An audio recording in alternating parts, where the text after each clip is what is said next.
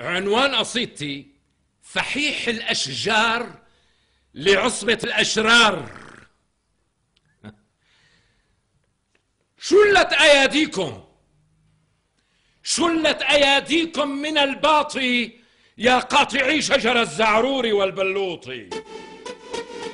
خسئت وجوه، خسئت وجوه قطعت أشجارنا مثل الوحوش البهم والقرباط.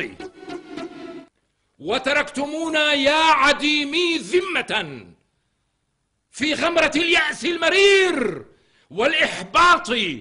أنتم أصل البلاء لغابة صارت مطاعم فخمة لمتعهد ضراط. وبكيت من أسفي على أشجارنا حتى تمازج أدمعي بمخاطي وتوالى إجرامكم في أفيائنا.